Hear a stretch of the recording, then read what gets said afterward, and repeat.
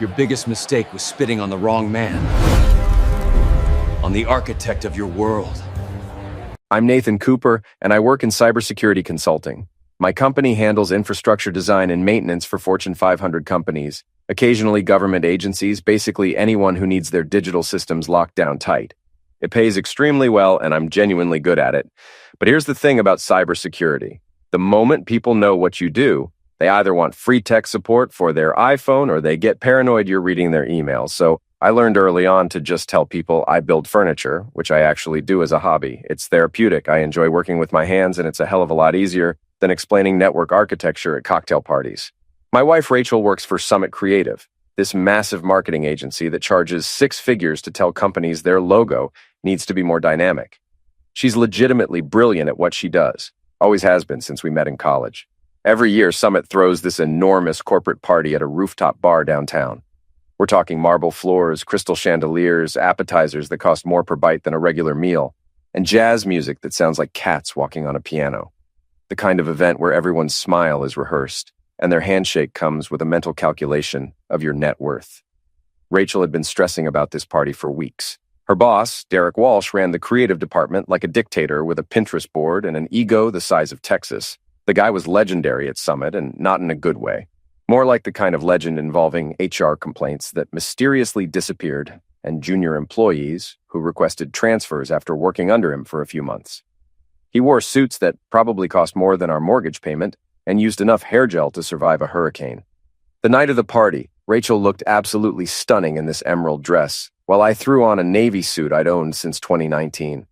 We showed up, and immediately the atmosphere was thick with corporate posturing.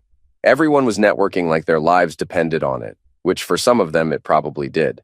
There was Jeremy from Digital, who wouldn't shut up about his podcast that had maybe 50 listeners, Sandra from Client Relations laughing too loud at her own stories, and Todd, who tried to explain blockchain to anyone who made eye contact.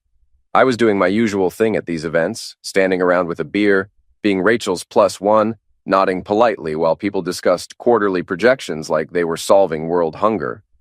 Most of her coworkers knew me as the carpenter husband, the guy who made furniture and showed up to smile at parties, which was completely fine by me. Let them think I spent my days at Home Depot arguing about lumber grades. It kept things simple. About 2 hours into the party, I noticed the energy shift. Derek Walsh started making his rounds, working the room like a politician. He had that kind of presence where everyone suddenly straightened up and laughed just a bit too hard at whatever he said. The man commanded attention, not because he was charismatic, but because he was their boss and controlled their paychecks and promotions. He was clearly drunk when he approached us, swaying slightly with that overconfident smile people get when they've had 3 drinks too many. His eyes swept over Rachel in a way that made my jaw clench, then landed on me like I was an interesting stain on an otherwise clean carpet. "Clara," he said to Rachel, even though her name is Rachel. He was that drunk. Then he corrected himself. "Rachel, there's my star player. And you must be Nathan, the craftsman." The way he said craftsman made it sound like I made macaroni art for kindergartens. I felt Rachel's hand squeeze my arm in warning, but I stayed professional, shook his hand, and said I made things that last longer than advertising slogans. A few people nearby laughed. Derek's smile stayed frozen, but something flickered in his eyes. The guy wasn't used to being the punchline, but he wasn't done. Guys like Derek never let things go when they think they've found someone they can punch down on. He launched into this whole speech about how hard Rachel works, how dedicated she is to the company, how she's always available for late nights and weekend emergencies. "The creative department never sleeps," he announced to the growing audience around us. Then he put his hand on my shoulder like we were buddies and said the words that would eventually destroy his career. "Here's the thing, buddy. At work, she's mine. I need her. She's there. Project deadline at midnight, she's there. Client emergency on Sunday, she's there. That's how we operate in the big leagues." He paused, making sure everyone was listening, which they absolutely were. The jazz band might as well have stopped playing. "So what I'm saying is, she's mine at work. You wait for your turn at home." The silence that followed was deafening. Someone actually gasped. Deborah from accounting looked like she'd witnessed a car accident. Even Todd stopped mid-blockchain explanation to stare. Rachel's face cycled through pale to red faster than a slot machine. I could feel her mortification radiating off her in waves. But Derek wasn't finished. In what can only be described as spectacularly poor judgment, Fueled by expensive whiskey and an ego that should have its own zip code, he actually leaned forward and spat. Not a full spit, but one of those dismissive gestures that's somehow worse, like I wasn't worth the effort of a proper insult. I reached up slowly, wiped my face with one of those overpriced napkins, and maintained eye contact with Derek, who was still grinning like he'd won some alpha male championship. "You sure you're her boss?" I said calmly, conversationally. Because that's the kind of behavior HR usually uses as training material. You know, in those what not to do videos they show during orientation? Nervous laughter rippled through the crowd. Derek's face started shifting from smug to confused to something approaching concern. Before he could respond, Rachel grabbed my arm with a grip that could bend steel and dragged me toward a private balcony area.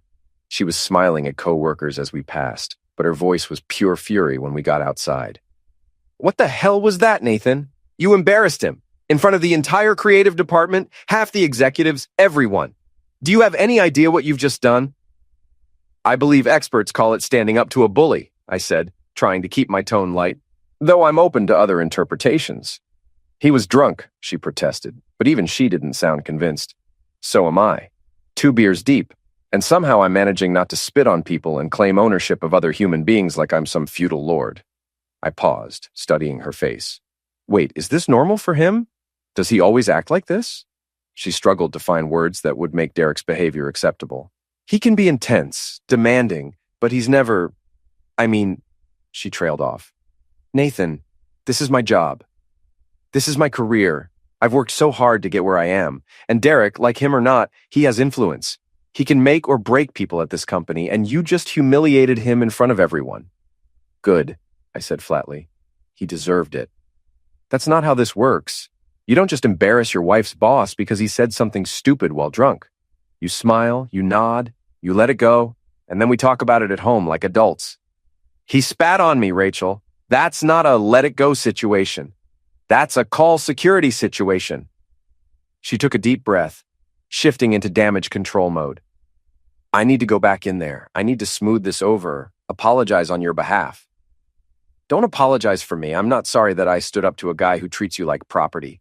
I'm not sorry I called him out, and I'm definitely not sorry I embarrassed him. Maybe he needed to be embarrassed." We stood there staring at each other, the city humming below us. She was weighing her career against her dignity, calculating the cost of standing by me versus standing by her boss. Finally, she shook her head. "I can't believe you sometimes. This is my livelihood, our livelihood, the mortgage, the car payments, everything. I need to go back in there and fix this. You just stay out here for a bit. Cool off. Don't talk to anyone, especially not Derek." I watched her walk back inside and stayed on that balcony for a while, watching the city lights.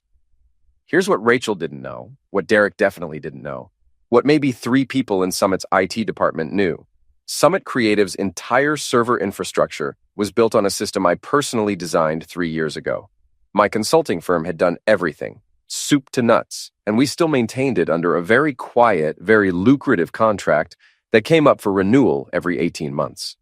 Derek's entire kingdom, all his award-winning campaigns, all his precious intellectual property, was sitting on infrastructure I built, protected by firewalls I designed, backed up by security protocols I maintained. The carpenter he'd just spat on could theoretically bring his entire company to its knees with a few keystrokes. Not that I would, obviously. I'm not a psychopath, and it would be incredibly illegal. But the point was, Derek had just picked a fight with the one person at the party who actually had leverage over him, even if he was too drunk and arrogant to realize it. I finished my beer and headed back inside. Rachel was across the room doing damage control with what looked like Derek's assistant and a couple of senior VPs. She looked stressed but composed. I got another beer from the bartender, who gave me a look that was either respect or horror, hard to tell. 3 days later, I was in my home office working on a proposal for a bank in Chicago when I got an email from my business partner, Marcus Chen. The subject line read, "Summit Creative having a bad day? LOL." He'd forwarded me an email chain from Summit Systems Administrator, one of those classic corporate panic spirals where everyone's replying all and nobody's actually solving anything. The message was about an urgent server outage affecting all creative department files with suspected data corruption. I snorted coffee through my nose. I logged into Summit's back-end system using my admin credentials and immediately saw the problem. Their systems administrator had ignored approximately 17 automated warnings about a critical security update. 17. The update patched a vulnerability in their file management system. Without it, the database could develop corruption issues if multiple users tried accessing large files simultaneously, which is exactly what happened when the entire creative department tried downloading the same client presentation at 8 a.m. Tuesday morning. I could fix it in about 20 minutes. The question was whether I should. My phone rang. Rachel. The servers are down at work. Everything's down. We have a client presentation in 3 hours that we can't access, and Derek is losing his mind. He's yelling at IT, IT's yelling at each other, and nobody knows what's happening. I just needed to hear your voice. This day is already a disaster. Guilt is a funny thing. It can make you do stupid, selfless things even when the vindictive part of your brain is screaming to stand down. I looked at my computer screen at the simple fix that would take less time than microwaving popcorn and sighed. It's probably just a system update issue, I said carefully. These things usually resolve themselves pretty quickly. I hung up and stared at my screen for another 30 seconds, having an internal debate about marriage, loyalty, and whether being the bigger person was worth it when the smaller person was such a colossal A. Then I fixed it. 22 minutes later, Summit's servers were humming along like nothing had happened. I'd patched the vulnerability, cleaned up the corrupted data, and even optimized a few things because I'm a professional and I take pride in my work, even when the client is a jackass. About an hour later, Marcus forwarded me another email. This one was from Derek himself, sent to the entire company with that self-congratulatory tone managers use when they want credit for something they had nothing to do with. Team, thanks to my direct intervention and quick thinking, we've resolved this morning's technical issues. I worked closely with our IT department to identify and fix the problem. This is why strong leadership matters in crisis situations. I actually laughed out loud. The man had gone from screaming at IT to taking full credit for a fix he didn't even know had happened. Dude, did you see this? Marcus texted. You gonna say something? Nope, playing the long game now. See, here's what Derek didn't know. Every action on their system was logged, time-stamped, and attributed to specific user accounts. My user account specifically. But more importantly, Derek's little heroic narrative had caught the attention of someone who mattered. By Thursday afternoon, Rachel called again with different energy entirely. You're not going to believe this. The board decided to do a full IT audit. Something about wanting to understand our technical infrastructure after this week's outage. Derek's been bragging about his tech skills, and apparently someone on the board actually knows about computers and wants to verify our systems are solid. She laughed. He's been in meetings all day. It's kind of satisfying, actually. Audits are thorough. They look at contracts, vendor relationships, system logs, everything. And when Summit's board brought in auditors to examine the company's cybersecurity infrastructure, they were going to find something very interesting in the confidential vendor files, a contract with Cooper and Chen Cybersecurity Solutions, with me listed as senior consultant and primary system architect. By the following Monday, my phone wouldn't stop buzzing with texts from Rachel. Confused texts. Okay, so something weird is happening. Call me when you can. I was at Home Depot, actually doing carpenter stuff because irony is alive and well when she called. Nathan, what did you do? I'm trying to decide between early American and special walnut wood stain. Why? What's up? Nathan, I'm serious. What did you do? Everyone's talking. The audit report came back and apparently your name is all over it. People are saying you're not a carpenter, that you're some kind of cybersecurity expert, that you built our entire server infrastructure. Is this true? The cat was out of the bag. Yeah, about 3 years ago, my company got the contract. It's good work, solid pay, interesting challenges. I didn't mention it because honestly, it never really came up. You were excited about your job. I was doing my thing, seemed easier to keep work separate. Easier? She repeated the words slowly. Nathan, do you have any idea what's happening here right now? Derek found out this morning during the executive briefing. Apparently, the CFO mentioned that we should thank Nathan Cooper's firm for saving us 6 figures in potential breach costs last quarter. I grinned. Oh yeah? How'd Derek take that news? He turned white, like vampire white, like he'd seen a ghost or gotten a tax audit. Then he just sat there for the rest of the meeting looking like someone had told him Santa wasn't real and also he owed Santa back taxes. That's unfortunate, I said, not meaning it even a little bit. Nathan, this is serious. Everyone knows now. They know you're not just some carpenter husband. They know you're important, like actually important to the company. more important than half the people at that party. Over the next few days, Rachel kept me updated. Derek had tried rallying support from other department heads, painting himself as the sufferer of some elaborate misunderstanding. It didn't work. Turned out when you build a reputation on being difficult, condescending, and inappropriate, people aren't eager to defend you. The executives discovered I existed and suddenly found me very interesting. Rachel forwarded me emails, invitations to networking dinners, requests for coffee meetings. I politely declined most of them. I didn't want to be Summit's new golden boy. I'd built their system, I maintained it, and that was the extent of my interest in their company. 3 weeks later, I got an email that made me laugh so hard I nearly dropped my coffee. The subject line read, "Professional consultation request, confidential from Angela Martinez, Summit's head of HR." They were conducting a formal review of workplace conduct issues stemming from the annual party, and would I be willing to participate as a third-party professional consultant to provide context about the incident? Third-party consultant. What they really meant was, we need you to tell us what happened so we can figure out if we need to fire your wife's boss without getting sued. I called Rachel immediately. "Did you know about this?" "About what?" "HR wants me to come in for a meeting about the party." There was a pause. "They do? Oh my God, Nathan. Do you know what this means? They're actually taking this seriously. They're building a case. He might actually face real consequences." The meeting was scheduled for the following Tuesday. I put on my good suit and drove to Summit's downtown offices. The building was one of those modern glass structures that looks like someone stacked shiny rectangles and called it architecture.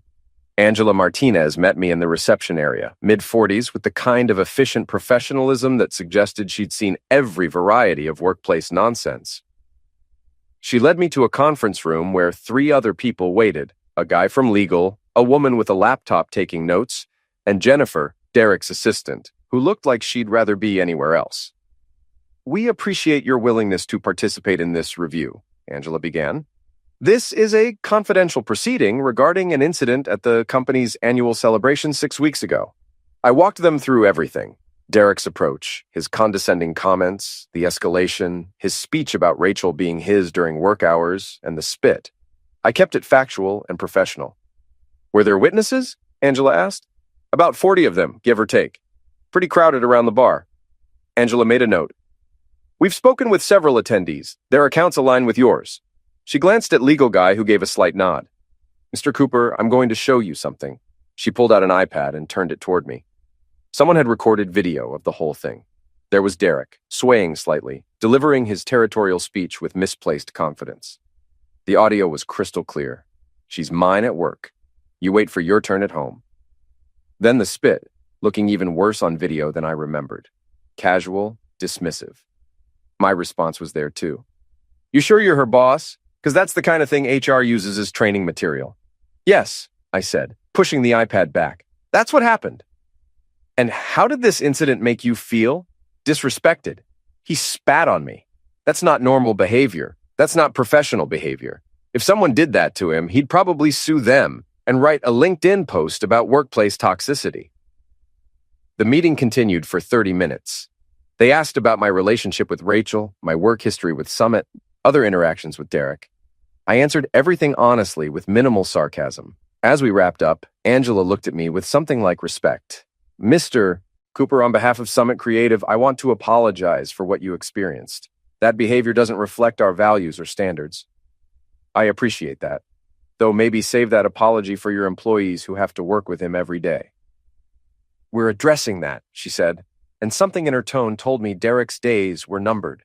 3 days later, Derek Walsh was suspended pending investigation. 2 weeks after that, he resigned to pursue other opportunities, corporate code, for "we were going to fire you, but we're letting you quit first." I got a gift basket from Summit's executive team with expensive coffee, chocolate, and a polite note thanking me for my professionalism. There was also a confidential settlement offer attached, asking me to sign an NDA in exchange for a payment. I declined the NDA, but kept the chocolate. 3 months after Derek's exit, Rachel came home one evening with news. They offered me Derek's position, creative director, his old job. Catherine Walsh would be my new boss. "Lucas, I got it. I actually got it." I picked her up and spun her around right there. "That's my girl. I told you that you were too good for that place. Turns out I was wrong. You're exactly perfect for that place now that they've removed the human obstacle. The promotion came with better salary, actual authority, her own parking spot, and most importantly, respect. She threw herself into the role with incredible energy. Within a month, she'd restructured her team, implemented new processes that didn't rely on intimidation, and transformed the creative department into a place people wanted to work. Productivity went up, morale went up, turnover went down. The next annual company party rolled around in March. Same venue, same overpriced everything, but with completely different energy. People approached me differently this time. No more condescending shoulder pats. They wanted to talk to me like I was a real person. Marcus from sales cornered me within 15 minutes. Nathan, man, I've been meaning to ask. I've got this home network set up, and I think maybe someone's piggybacking on my Wi-Fi. Is there a way to check? You're asking me for free tech support at a party? I mean, yeah. Marcus, buddy, I charge $200 an hour for consultations. His face fell. I'm kidding. Change your router password to something that isn't password 123 and enable WPA3 encryption if your router supports it. You're a lifesaver, man. A woman from the design team asked if I took commissions for custom furniture. I said I mostly built stuff for fun, but sent me the dimensions. Several people asked about encryption, smart home security, various tech questions. Even Todd tried engaging me about blockchain again, but I redirected him. At one point, a junior developer named Travis approached nervously. Mr. Cooper, I just wanted to say the system you built for us is really elegant. I've been studying the architecture as part of my onboarding, and the way you structured the authentication protocols is chef's kiss. Thanks, man. That means a lot coming from someone who actually looks at the code. Are you kidding? You're like a legend in our department. After he left, Rachel leaned in. You have fans, actual fans. How does that feel? Weird, also kind of cool, but mostly weird. Later in the evening, a small group gathered around me, techies and creatives asking about penetration testing, vulnerability assessments, whether I really built furniture or if that was a cover story. Rule 1, I said, warming to the audience, never underestimate a man with a hammer. Rule 2, never underestimate a man with a firewall. Master both and you're basically unstoppable. People actually laughed. Real laughs. Rule 3, I continued. If someone spits on you at a company party, make sure there's video evidence. Really helps with the HR proceedings later. The laughter got louder. Everyone knew what I was referring to. The Derek incident had become office legend. The real kicker came almost exactly 1 year after the original party. I was at a cybersecurity conference in Chicago, speaking on a panel about infrastructure security. Walking through the exhibition hall afterward, I spotted Derek at a vendor booth. He was wearing a cheap polo shirt with some startup's logo, doing demos for uninterested attendees. The guy who'd once strutted around Summit like royalty was now working a conference booth, probably making a fraction of his old salary. I could have walked away, taken the high road, but I'm petty enough to appreciate cosmic justice up close. I walked over to his booth, hands in my pockets. Casual. He didn't recognize me at first. Then recognition hit and his face cycled through 17 emotions in 3 seconds. Surprise, confusion, fear, embarrassment. Nathan, he said, voice cracking slightly. Wow, hi. I didn't expect to see you here. Funny, I work in cybersecurity. This is a cybersecurity conference. Where else would I be? Right, of course. He was sweating now. You were on that panel earlier, weren't you? I was. You catch any of it? No, We've been pretty busy here at the booth. He gestured at the empty space around him. The booth next to his had at least 15 people. His had me and nobody else. Looks like it, I said, not hiding the sarcasm. Awkward silence settled between us. He fidgeted with a stylus, clicking it repeatedly. The polo shirt looked cheap. His hair was different too, less aggressively styled. So, he said finally, you're doing well, I see. Big panel, probably consulting for major companies. Good for you. Yeah, it's going well. Rachel's doing great too, in case you were wondering. Creative director now. Your old job, actually. Well, I say your old job, but really she's made it into something completely different. Better. People actually like working there now. Productivity's up, morale's up. Funny how that works when you treat employees like human beings instead of property. The color drained from his face. Look, Nathan, about that night. The night you spat on me, I interrupted, keeping my voice conversational. The night you told me I had to wait for my turn with my own wife, that night, I was drunk. I made a mistake. I've apologized. No, you haven't. You made excuses. You tried to blame Rachel for not warning you about who I was. You never actually apologized, Derek. You just got caught and had to face consequences for the first time in your probably very privileged life. He looked like he wanted to argue, but something in my expression stopped him. What do you want me to say? Nothing. I don't want anything from you. I'm just enjoying the view. The universe has a way of sorting things out. You thought you were untouchable at Summit. Thought you could treat people however you wanted because you had power and influence and a fancy title. And now here you are, working a booth at a conference, probably making a fraction of what you used to make, trying to convince people to buy software that, I glanced at his display, appears to do exactly what every other security solution does, but with a prettier interface. It's a good product, he said defensively, but there was no conviction in it.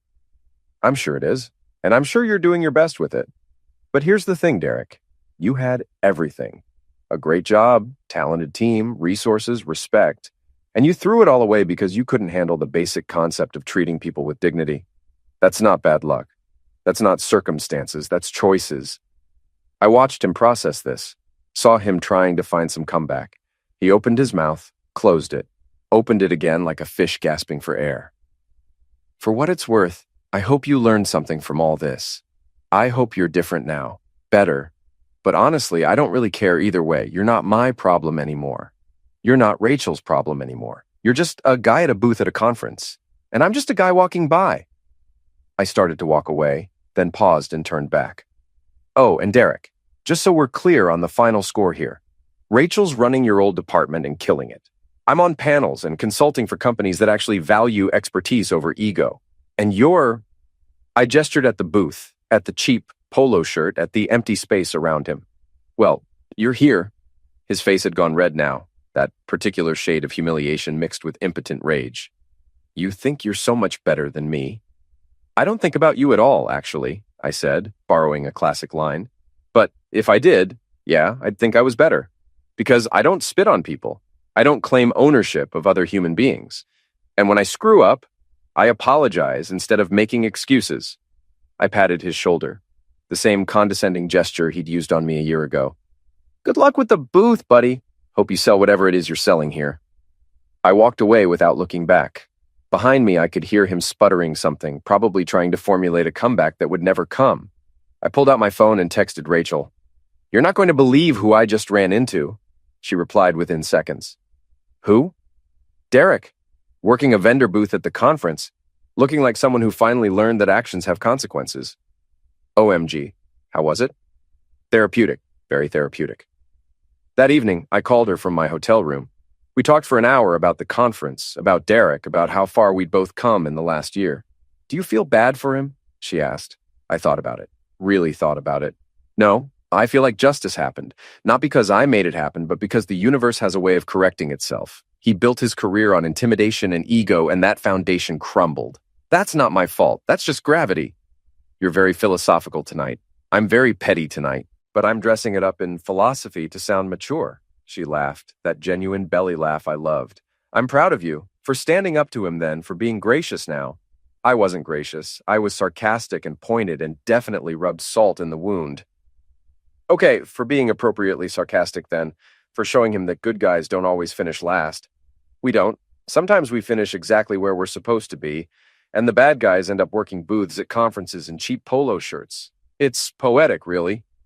A year ago, Derek Walsh had looked at me and seen nothing. Just a carpenter, just a spouse, just someone beneath his notice.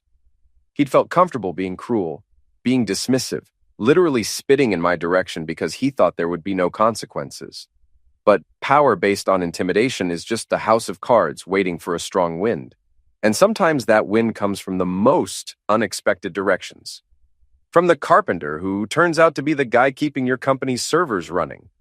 From the wife who's better at your job than you ever were.